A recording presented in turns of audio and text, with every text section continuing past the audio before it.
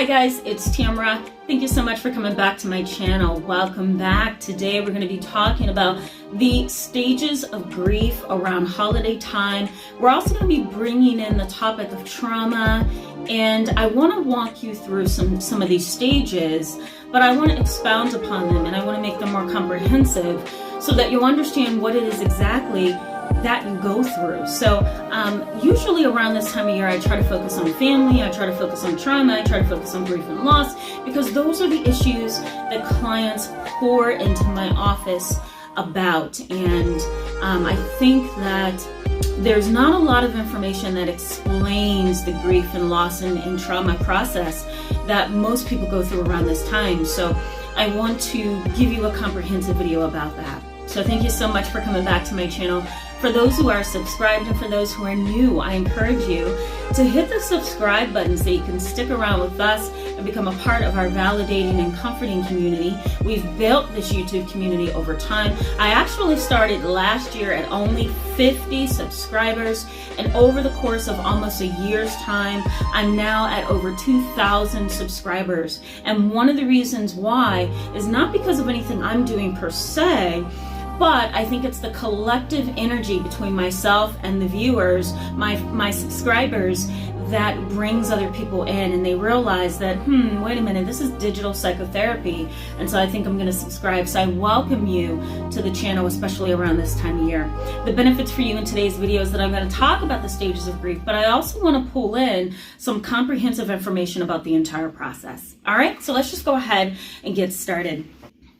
So there are 5 stages of grief, and I'm sure if you Google it online, the 5 stages of grief, it'll come up, right? And you'll get some kind of, psychological or educational explanation of what the 5 stages of grief are. However, as a trained and certified trauma therapist, I kind of look at the 5 stages of grief a little bit differently.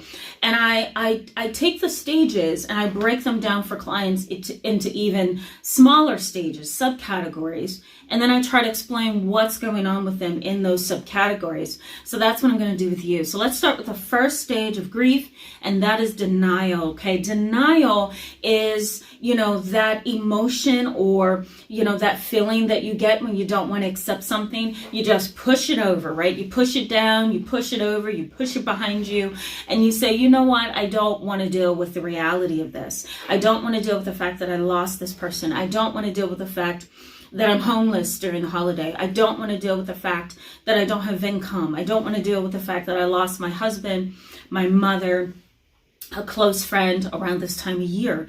So what do you tend to do to get away from the denial, to get away from the situation? Well, you engage in 3 behaviors. The first is projection. And I like to tell clients, I like to give them like a little bit of a story of a client that I had that was once like this. And so I'm going to do that with you.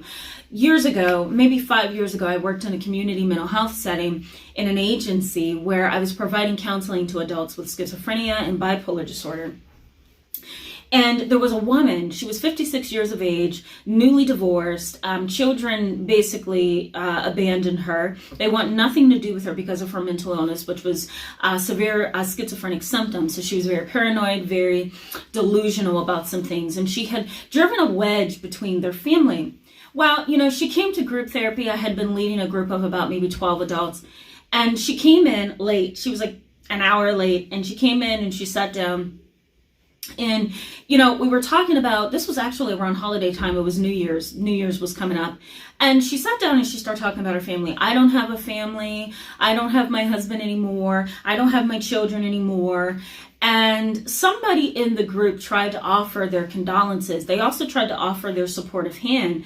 And they said, you know what, how about I help you? Why don't you come over to my house tonight and we'll have dinner and this, that, the other. Well, guess what she did, guys? She ended up blowing up on them. And she started to point fingers at this person and tell this person not to placate her.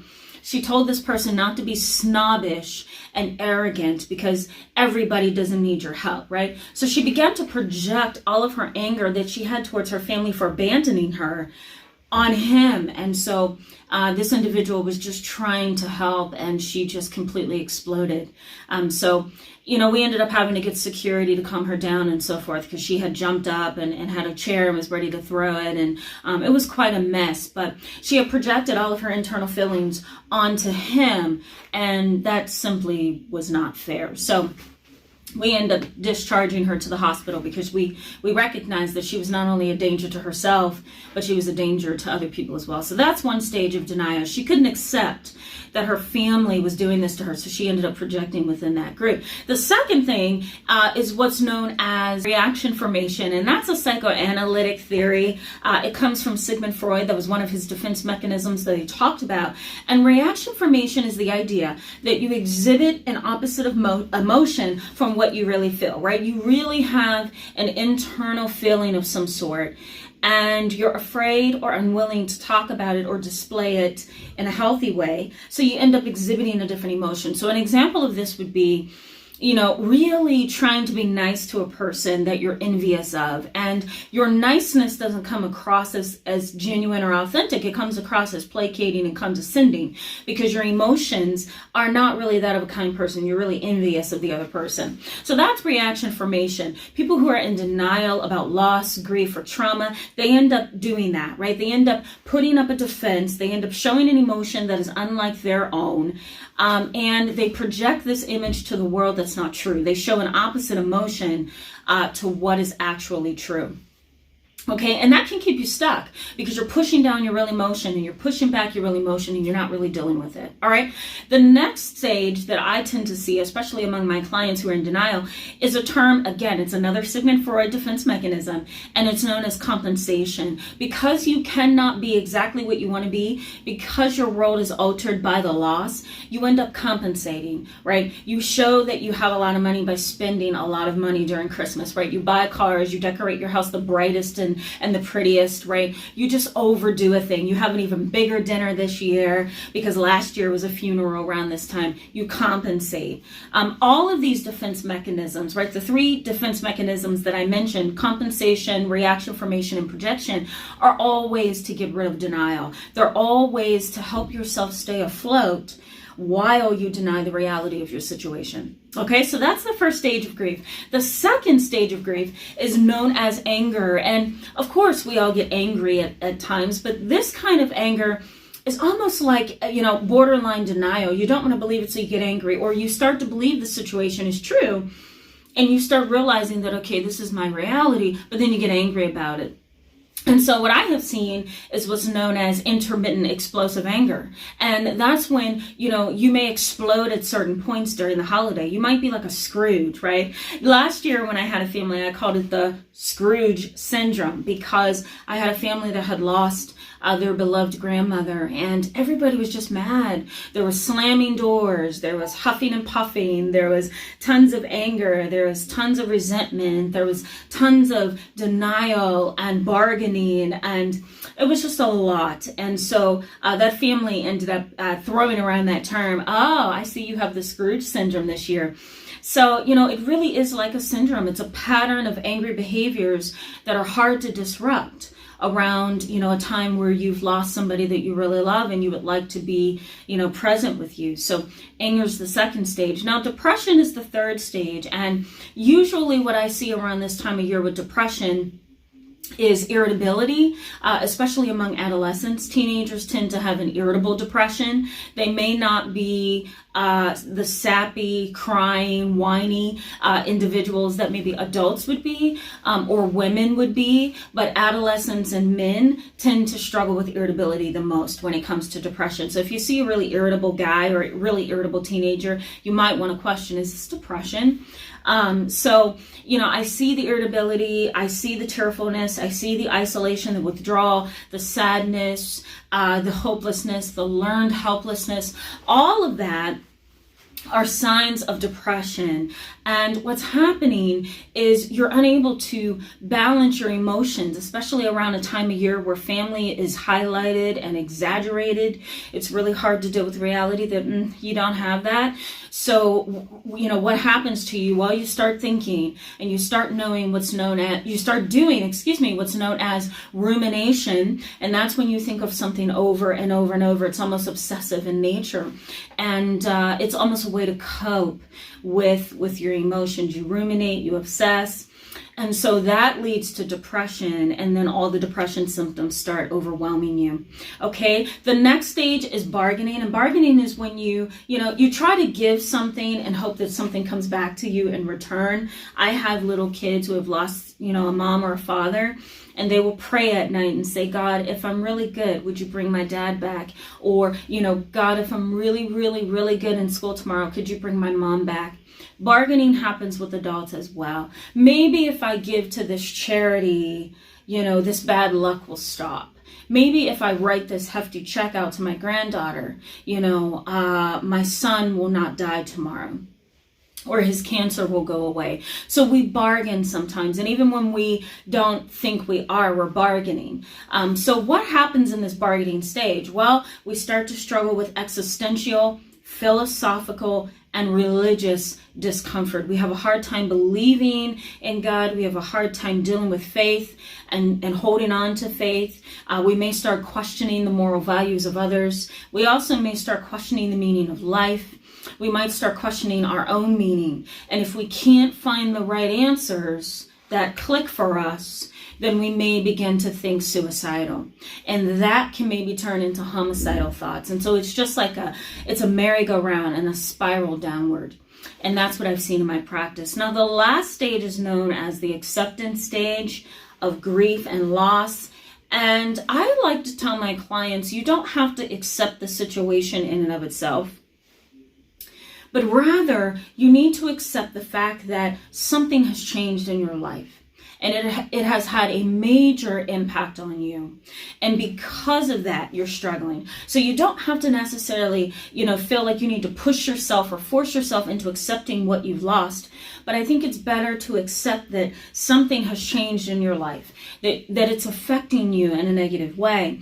And so the acceptance stage, for me, is known as post-traumatic growth. And it's the growth process after the trauma.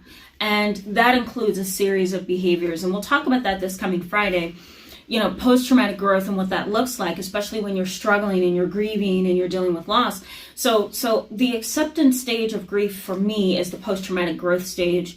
And again, that's not accepting that you've lost something. It's just, because you may not ever be able to accept that you lost your mother. You may not ever be able to accept that you lost your husband or your wife. But what you can learn to accept is that there's been a change in your life. There's been a change in you, and this is something that you have to adapt to. So these are the 5 stages of grief, and this is how I like to explain it to my clients. I think if psychologists make things really practical and really concrete, we can really help our clients. When we have all these theories and we're trying to bring those theories out by talking about them, and sometimes our clients are like, what? But if we talk about it in a practical, concrete way and break it down little by little into chunks, I think you guys can grasp it a little bit better, and it can become something practical that you can remember in your everyday life. So what I want you to take away from this video and remember is that if you're grieving this holiday season, if you're struggling with grief and loss, right? If you're struggling with a trauma or lack of family or lack of friends and support, just know that number 1, you're not alone, and number 2, that you're going to have a really hard time grappling with it, and that's okay. You may even go back over those stages once again. You're going to go back to denial, back to anger, back to depression. You may even begin to bargain, and then back to acceptance when the holiday is over. And you may repeat that same pattern over the next year. You don't just go through these stages in a linear fashion, right? 1, 2, 3, 4, 5. You go through the stages, and if you ask me, more of a variety of ways, I should say, for lack of a better word, right? So you may be in denial one day and you may be depressed the next. Then you may accept it on Sunday and go right back to anger on Tuesday. And so, these stages are interchangeable. So give yourself, time to process the grief, accept that you have a change in your life and in your heart, and then move at your own pace. There's no need to feel bad that you're grieving at this time of year. Thank you so much, guys, for being with me in this long video today. I just want to make sure that you have comprehensive information on this topic. A lot of you have requested this specific topic. If you want me to expound upon this and add some more things, I certainly will. I'm looking forward to talking to you guys live coming up Thanksgiving week. I think we're going to do it, I'm trying to think, maybe Monday. We'll go ahead and do it Monday the 25th. I'm trying to think, Monday, Tuesday, we might do it Tuesday. I think that might be a little bit easier for all of us. I think that's like a 6 o'clock. So yeah, just let me know in the comment section below if this video was helpful to you and if you're looking forward to the live event coming up this week. In the meantime, guys, I wish you all the best and I'll see you really soon.